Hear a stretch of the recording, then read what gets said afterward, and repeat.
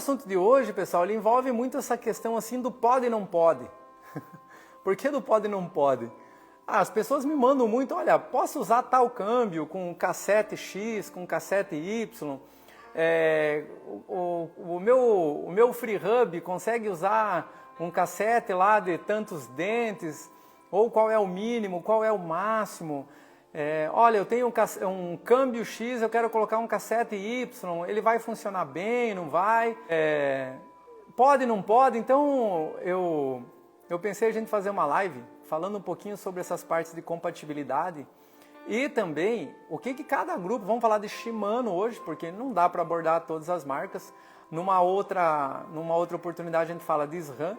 Vamos falar de Shimano hoje porque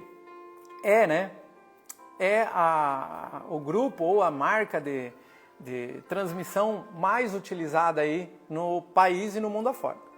Mas enfim, então a gente vai navegar um pouco aí dentro de cada grupo, mas primeiro, vamos lá, vamos tentar entender quais são os fatores que definem isso. Isso, primeiro, é importante saber, tá? Porque tem muita gente que acha que comprando um câmbio lá de 12 velocidades, você pode usar qualquer coisa, tá bom? E na verdade não é assim. Na verdade não é assim. Não é o câmbio que define tudo isso. Então, primeiro fator, o que define o número de velocidades que eu vou usar na bike? Vamos falar só da parte de trás da bike, tá bom? Não vou me atentar na live de hoje sobre 1, 2 ou 3 coroas frontais. Vamos falar somente dos cogs e das engrenagens, como você chama, roda livre, cassete, só da parte traseira, tá? Então nós temos ainda aí 6 velocidades traseiras, 7, 8, 9, 10, 11 e 12, falando de mountain bike, tá? Agora a gente já sabe que a Campagnolo lançou 13, mas não vamos entrar nesse detalhe hoje. Campagnolo é outra marca. Vamos falar de Shimano. De 6 a 12 velocidades. E consequentemente, não quer dizer que eu comprando qualquer cubo no mercado aí, eu vou poder usar um cassete de 12 velocidades. A grande maioria tem essa dúvida, então já estou respondendo para você. Primeiro fator que determina é o seu cubo, ok? Então, quando você for comprar qualquer cubo, você deve verificar a ficha técnica dele, ou o manual, ou no caso da Shimano, se você for comprar um cubo Shimano, tá pessoal? Você vai acessar o si.shimano.com e vai verificar as compatibilidades. Inclusive, eu vou colocar slides na tela hoje referente ao SI Shimano. Então, vocês vão poder ver que as informações lá são bem completas. Então, tem informações bem completinhas lá dentro. E você busca por lá. Lá você vai ver se o câmbio, por exemplo... Ó, eu não olhei ele aqui, eu estou com o computador, quer ver? Eu estou com o SI Shimano aberto. Deixa eu colocar aqui o que ele vai aparecer de cubo aqui, ó. Mas eu já verifiquei aqui, ó, que o cubo TX505, ele é para ter 9 velocidades. Legal, né? Ah, então eu posso usar 7? Pode. Posso usar, se tu achar, um cassete de 7. Posso usar 8? Pode. Posso usar 9? O manual está dizendo que pode. Posso usar 10? Aí, o fabricante, ele já diz que esse cubo não é projetado para 10. Pode funcionar? Pode. Mas ele não é projetado para isso. Entende? Então, o primeiro fator é sempre a gente verificar o cubo. Porque o cubo, o FreeHub que eu estou utilizando no cubo, ele vai definir para mim, estou até anotando aqui, ó, o primeiro fator é o cubo. Porque ele vai definir para mim, através do FreeHub que contém nele, qual é o número de velocidades que eu vou poder usar nela. Beleza. Digamos que utilizamos esse cubo aqui, então, TX505, bem bacana aqui, ó. Um cubo muito usado pela Shimano, né? Pela Shimano e pelas outras montadoras. Até as importadas estão vindo com esse cubo aí, TX505. Bem elas. Mas aí eu quero saber, eu já sei que dá para 9 velocidades, mas aí eu quero colocar um cassete de 40 dentes lá atrás. Comprei, ó, que Sunrace tem, né? 9 velocidades com o cassete maior de 40 dentes lá. E aí? O câmbio, ou o cubo, já comporta 9 velocidades. Mas e o que define se vai funcionar bem ou se não vai? Aí é o câmbio. Porque o câmbio, ele é projetado tanto para o número de velocidades, quanto para o número de dentes que ele suporta, tá? Estou dando uma introdução daquilo que eu vou mostrar para vocês aqui. Então, o segundo fator aqui, ó, é o câmbio, certo?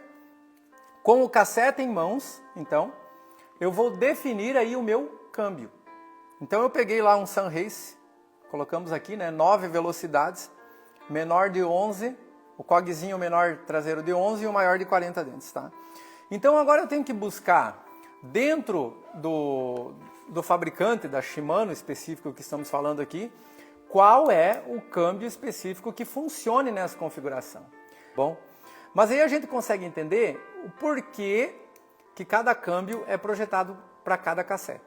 Por exemplo, quando você compra lá uma moto ou um carro, o projetista lá que fez aquele desenho técnico, que fez tudo aquilo lá, ele desenvolve um carro lá para trabalhar com um pneu, a banda do pneu lá 195, a altura 65, molas X com um curso de suspensão tal.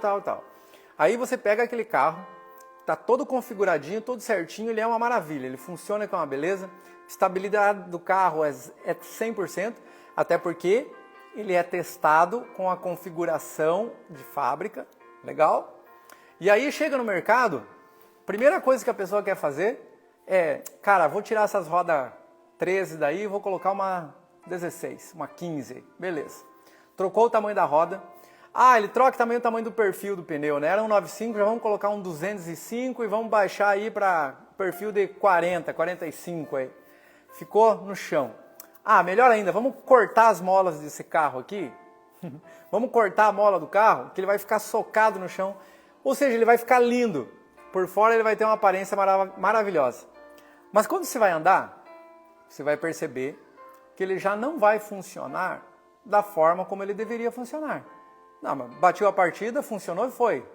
Mas a suspensão dele não vai trabalhar de forma irregular. Talvez todo o sistema, se é um carro mais moderno, né? Hoje tem esses carros com controle de tração que funciona quando você entra na curva e faz isso, faz aquilo. Ele já não vai funcionar direito, né? Até o controle de tração dele já vai desestabilizar um pouco. Por quê? Porque ele está funcionando com particularidades que ele não foi projetado para fazer. Então, com base nisso, entenda que também os projetistas de bike, de peças, os japoneses da Shimano, eles levam isso também em consideração, tá? Todos os testes das peças Shimano, eles são somente testadas pela fábrica lá, somente são testadas pelas peças que eles consideram que possam ser usadas nela. Entendeu? Por isso que, aí a gente vê, por exemplo, câmbios aí, alívio, 9 velocidades, não funcionando bem quando você coloca um cassete de 40 dentes. Por quê? Embora seja 9 velocidades, porque ele não foi projetado para aquilo, né? Vamos pensar o seguinte, o câmbio, ele funciona, né? Ele tem a mola que projeta o câmbio para dentro do quadro e para fora do quadro, certo? Ele possui parafusos limitadores que limitam o quanto esse câmbio pode descer e o quanto ele pode subir. Você ajusta isso, beleza. Ah, Márcio, mas se eu abrir um pouquinho o parafuso do parafusinho L, que é o limitador do cog superior, eu consigo fazer o de 9 subir para 10 velocidades e subir mais um cog. Você até consegue, assim como você também consegue modificar as rodas e a suspensão do carro. Mas ele não vai funcionar bem. Ou até pior, tá, pessoal? O que acontece nessas situações? Se você pegar um câmbio de 9 velocidades e forçar ele para trocar 10, a mola dele, que faz a parte da subida da marcha, ela vai trabalhar sempre no extremo dela. Ou seja, um pouquinho acima da linha limitadora que a Shimano projetou para o câmbio funcionar na sua normalidade. E aí a gente consegue ver, por exemplo, assim, ó, câmbios com desgaste de mola ou uma flexibilidade de mola totalmente desgastadas e que já não funcionam direito, né? A tensão do cabo sempre está no limite, você está subindo o câmbio o máximo que ele pode lá e na hora de descer ele é lento para descer, justamente porque a mola, mesmo que você solte a tensão lá, ela já perde a pressão da mola. Primeira coisa que acontece é isso, tá? E outro detalhe, o tamanho do range do câmbio, vamos puxar ele aqui, ó. Ó, a pressão da mola é legal. Olha lá a mola lá atrás, ó, lá dentro. Olha aí, ó. É isso que eu tô falando, né? Então, ó, limitador inferior, câmbio todo fechado, limitador superior, câmbio todo estrangulado, né? A mola, né, sempre vai trabalhar no limite, tá aí. E o outro detalhe do câmbio que ele é muito importante, ó, é a parte do range, que a gente chama, ou cage, como alguns chamam, né? Olha aqui, ó, essa parte aqui, ó, da roldana até a outra roldana de baixo aqui, ó. E aí você entende por que que tem alguns câmbios, por exemplo, da própria família da Shimano, que possuem esta haste aqui do cage menor, pequenininho, e uns maiores. Porque eles são projetados, né, os ranges ou os cages maiores, eles são projetados para conseguir subir coroas maiores. Olha o sentido, ele tem que subir uma coroa maior, e na hora dele descer para a última velocidade, que é o pinhãozinho menor, ele precisa ter um range grande para que a roldana do câmbio aqui, ó, essa roldana aqui é do meio do câmbio aqui, ó, ela fique na posição ou na distância até no último cog ideal para fazer a troca. Sintomas de quando você está usando um câmbio fora de compatibilidade é justamente o último cog não descer a marcha. Você consegue regular todas as marchas do teu cassete ali, né? Mas a última você não consegue. Quando que acontece essa situação? Esse câmbio aqui da Shimano, tá vendo essa ponteirinha aqui que a gente chama? Ponteira, esse nome aqui é chamado de Shadow. Vou colocar aí para você ver, ó. O Shadow, ele parece um prolongador, não é? Por quê? Porque esse câmbio ele foi desenvolvido com esse prolongador para poder subir numa velocidade X. E que quando ele desça no último cog do cassete, a roldana do meio, ela também possa aproximar o suficiente do cassete, que está aqui, ó, para ele poder fazer a troca direitinho. Lembra antigamente, quando começou a surgir os de 12 velocidades, e o pessoal tentava comprar um cassete de 50 dentes, 12 velocidades Sunrace, e colocar um câmbio XT que era de 11 velocidades? O que acontecia? Ah, mas ele colocava um prolongador, lembra? Já viu essa palavra, o prolongador?